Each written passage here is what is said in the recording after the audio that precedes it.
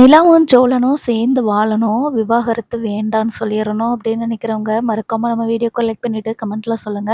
So நல்லா தான் போயிட்டுருக்குது. கிட்டத்தட்ட நிலா வந்துட்டு சோழன் மேல லவ் வந்துருச்சு அப்படின்னு தான் நமக்கு நல்லாவே தெரியுது. சில எபிசோட்ஸ்லாம் பார்க்கும்போது. ஸோ அது மாதிரியே வந்துட்டு 2 பேருமே சேர்ந்து சந்தோஷமா இருந்தா நல்லாயிருக்கும். இதுக்கு நடுவுல இப்ப என்ன பண்றாங்க அப்படின்னா, பீகார்ல இருக்கிறாங்க. சந்தாவோட ஃபேமிலி கிட்ட பேசிட்டு இருக்கிறாங்க.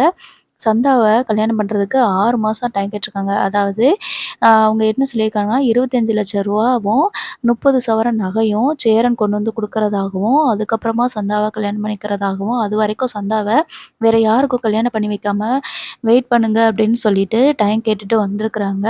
சந்தாவோட ஃபேமிலியும் சரி இவ்வளோ தூரம் சந்தாவ தேடி வந்திருக்கிறாங்க.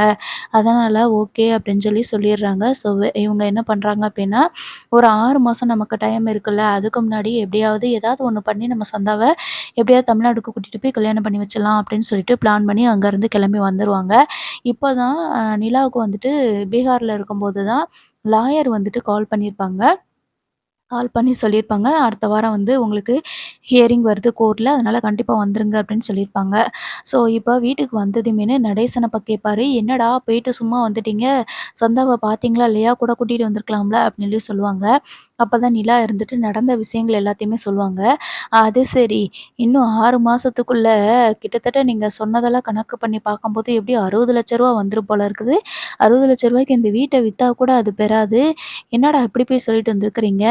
நல்லா அங்க இருக்கிறவங்க கிட்ட பேசி செஞ்சு ஒரு 4 அடிய போட்டு நம்ம சந்தாவ அங்கருந்து எப்படியாவது கூட்டிட்டு வருவீங்களா? இப்படி போய் இப்படி பேசிட்டு இருந்திருக்கிறீங்களே! 6 மாசத்துல உங்களால பணத்த சம்பாரிக்க முடியலன்னா நீங்க என்ன செய்வீங்க? அப்படின்னு சொல்லி கேட்கும்போது, சேரன் இருந்துட்டு, அதெல்லாம் 6 மாசத்துக்குள்ள அண்ணே பணத்த சம்பாரிச்சுருவோம். அப்படி அப்படி இல்லைன்னா, இப்போதைக்கு சந்தாவ கல்யாணம் பண்ணி வைக்காமலாவது இருப்பாங்கல்ல. ஒரு 6 மாசமாவது வெயிட் பண்ணுவாங்கல்ல. அதுக்கு முன்னாடி நம்மளால வேற ஏதாவது பண்ண முடிஞ்சுச்சு அப்படின்னா, நம்ம சந்தாவ கூட்டிட்டு வந்துடலாம்ல அப்படின்னு சொல்லி சொல்றாங்க. ஏன்டா அங்க இருக்கிறவங்க கிட்ட பேசி பெரியவங்கள வச்சு ஒரு பஞ்சாயத்த வச்சு கையோட கூட்டிட்டு வந்திருக்கலாம்ல அப்படின்னு சொல்லும்போது, நிலா இருந்துட்டு, "இல்ல அங்கிள் அப்படிலாம் அங்க போய் கூட்டிட்டு வர முடியாது. இங்க இருந்தே சந்தாவ நம்மால துப்பாக்கி காட்டி இங்க இருந்தே கூட்டிட்டு போனாங்க. பீகார் வந்து அவங்களோட ஊரு. அவங்களோட ஊர்ல எப்படி நம்ம நம்ம நம்ம கூட அனுப்பி வைப்பாங்க சொல்லுங்க? அவங்களுக்கு தானே சாதகமா எல்லாருமே பேசுவாங்க. அது மட்டும் இல்லாம, சந்தாவோட அப்பாவும், அம்மாவும் பேசுறத பார்க்கும்போது, கண்டிப்பா சந்தாவோட மாமா மிகப்பெரிய பணக்காரனா இருக்கிறது மட்டும் இல்லாம, நல்ல சரியான ரவுடியா வேற இருக்கிறான் போல இருக்குது. அதனால தான் இப்ப இப்படி பேசிட்டு வந்திருக்கிறோம். எங்களுக்கு வாக்குறுதி குடுத்துருக்குறாங்க. கண்டிப்பா சந்தாவ கல்யாணம் பண்ணி வைக்க மாட்டாங்க.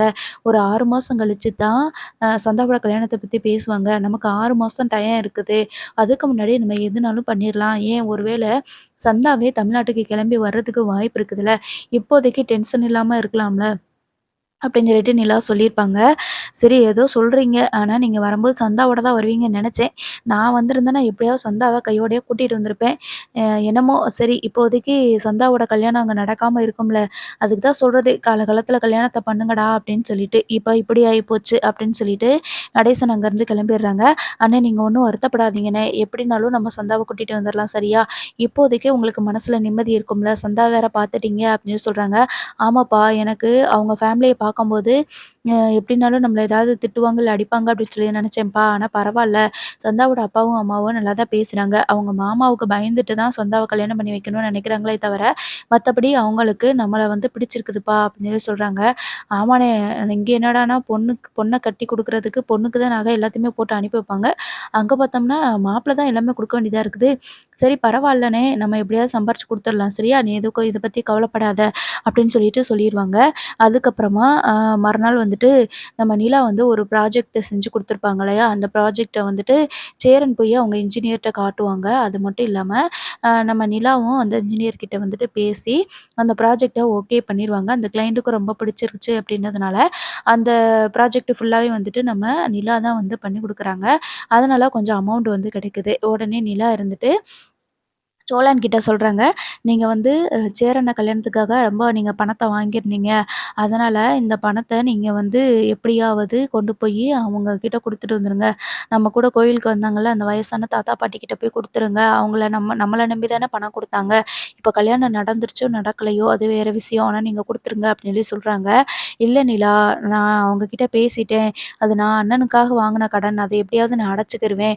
நீ இதுல வந்த லாபத்த உனக்கு எவ்வளோ எவ்வளோ பணம் பணம் வந்துச்சோ இது உன்னோட உழைப்பு. நீ அந்த கம்பெனில ஏற்கனவே ஷேர் குடுக்கணும்ல. இப்படி கொஞ்சம் கொஞ்சமா குடுத்துரு நிலா அப்படின்னு சொல்றாங்க. உடனே சேரன் இருந்துக்கிட்டு, "ஆமா நிலா இவங்க சொல்றது தான் கரெக்ட்டு. சோழன் சொல்றது தான் கரெக்ட்டு. சோழன் வாங்குன கடன எப்படியாவது நானும் சேர்ந்து கட்டிர்றேன். என்னைய நம்பி தான் எனக்கு கல்யாணம் ஆகணும்னு சொல்லி தான் என் தம்பிங்க எல்லாருமே கடன் வாங்கி இந்த அளவுக்கு கஷ்டப்பட்டு பண்ணாங்க. ஆனா அது நடக்காம போயிருச்சே. அது ஒண்ணு தான்ப்பா எனக்கு வருத்தமேன்னு. இருந்தாலும் அப்படியே கடனோடலாம் விடமாட்டேன். நானும் சம்பாரிச்சு கண்டிப்பா வேல பார்த்து அ சோழனோட கடன்ல நானும் பாதி குடுத்துர்றேன்ப்பா. என்னால எவ்வளோ முடியுமோ நான் அவ்வளோ குடுத்துர்றேன்" அப்படின்னு சொல்லுவாங்க. "நீங்க 2 பேரும் கொஞ்சம் நிறுத்துறீங்களா? நானே வந்து கார் ஓட்டி எப்படினாலும் சம்பாரிச்சு கடன குடுத்துர்றேன். அது போக இப்போ நிலாவுக்கும் ரூ. 5,00,000 தேவைப்படுது.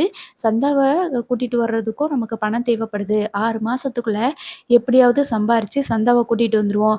சந்தாவோட கண்ணுல நம்பிக்கைய பார்த்தேன். அவங்க பாவம் ரொம்ப ஏக்கமா இருக்காங்க. எப்படியாவது அவங்கள நான் வந்து நம்பிக்கை குடுத்துட்டு வந்திருக்கோம். அவங்களுக்கு வாக்கு குடுத்துட்டு வந்திருக்கிறோம். 6 மாசத்துக்குள்ள நம்ம போய் அவங்கள போய் கூட்டிட்டு வரணும் கண்டிப்பா அப்படின்னு சொல்லிட்டு சோழன் வந்து பேசுவாங்க.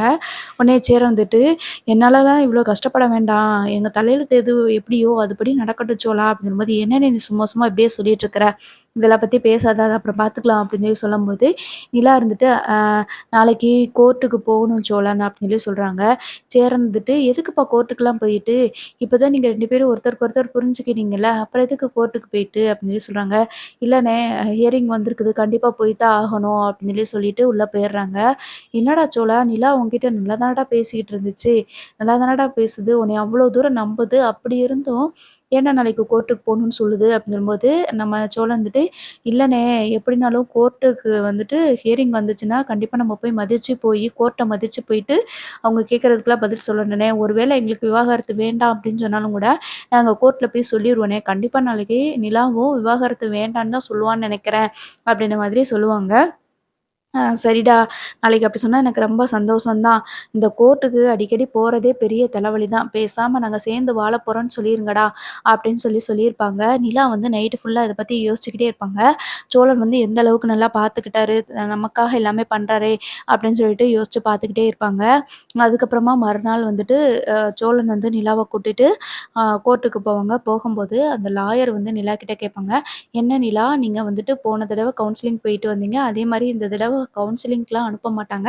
ஏற்கனவே நீங்க 2 தடவ கவுன்சிலிங் போயிட்டு வந்துட்டதுனால, அது மட்டும் இல்லாம போன தடவ சோழன் வந்து எனக்கு டிவோர்ஸ் வேணும் அப்படின்னு சொன்னதுனால 2 பேருமே ஓகே சொன்னதுனால, கண்டிப்பா இந்த ஹியரிங்ல உங்களுக்கு டிவோர்ஸ் கிடைச்சிரும் தான் நெனைக்கிறேன்" அப்படின்னு சொல்லுவாங்க. உடனே நிலா இருந்துட்டு, "என்ன மேடம் சொல்றீங்க?" அப்படின்னு கேட்கும்போது, "ஆமா நிலா, அதத்தான் சொன்னேன்ல. போன தடவையே சோழன் நான் ஓகே டிவோர்ஸ் குடுக்குறேன், சம்மதிக்கிறேன் அப்படின்னு சொல்லிட்டார்ல. அப்புறம் இந்த தடவ எதுக்கு மறுபடியும் உங்ககிட்ட கேட்க போறாங்க? ஏற்கனவே போன தடவையே கேட்டாச்சுல. அதனால இந்த தடவ உங்ககிட்ட விவாகரத்துக்கு ஓகே சொல்லி சைன் தான் போடுவாங்க" அப்படின்ற மாரி சொல்றாங்க. உடனேன்னு நிலா இருந்துட்டு, "அ அப்படியா?" அப்படின்னு சொல்லிட்டு அப்படியே யோசிச்சுட்டு ஒரே பதட்டமா இருக்கிறாங்க. சோழன் வந்துட்டு, "என்ன நிலா இவங்க இப்படி சொல்றாங்க?" அப்படின்னு சொல்லிட்டு கேட்குறாங்க. "ஆமா, போன தடவ நீங்க தான் எனக்கு விவாகரத்து குடுக்க சம்மதம் அப்படின்னு சொல்லிட்டீங்கல்ல. இப்படி கோர்ட் டயத்த வேஸ்ட் பண்ணாம நம்ம மாத்தி மாத்தி இப்படி சொல்லிட்டே இருந்தா அவங்க என்ன நினைப்பாங்க?" அப்படின்னு சொல்லி சொல்றாங்க. "என்ன நிலா, நம்ம 2 பேரும் சேர்ந்து, இல்ல நாங்க வந்து ஒருத்தருக்கு ஒருத்தர் புரிஞ்சுக்கிட்டோம். எங்களுக்கு விவாகரத்து வேண்டான்னு நம்ம வேணா சொல்லிருவோம். அதனால அவங்க சரின்னு சொல்லிருவாங்கல்ல" அப்படின்னு சொல்லி சொல்றாங்க. "தெரியல சோழா, பார்ப்போம்" அப்படின்னு சொல்லி சொல்றாங்க.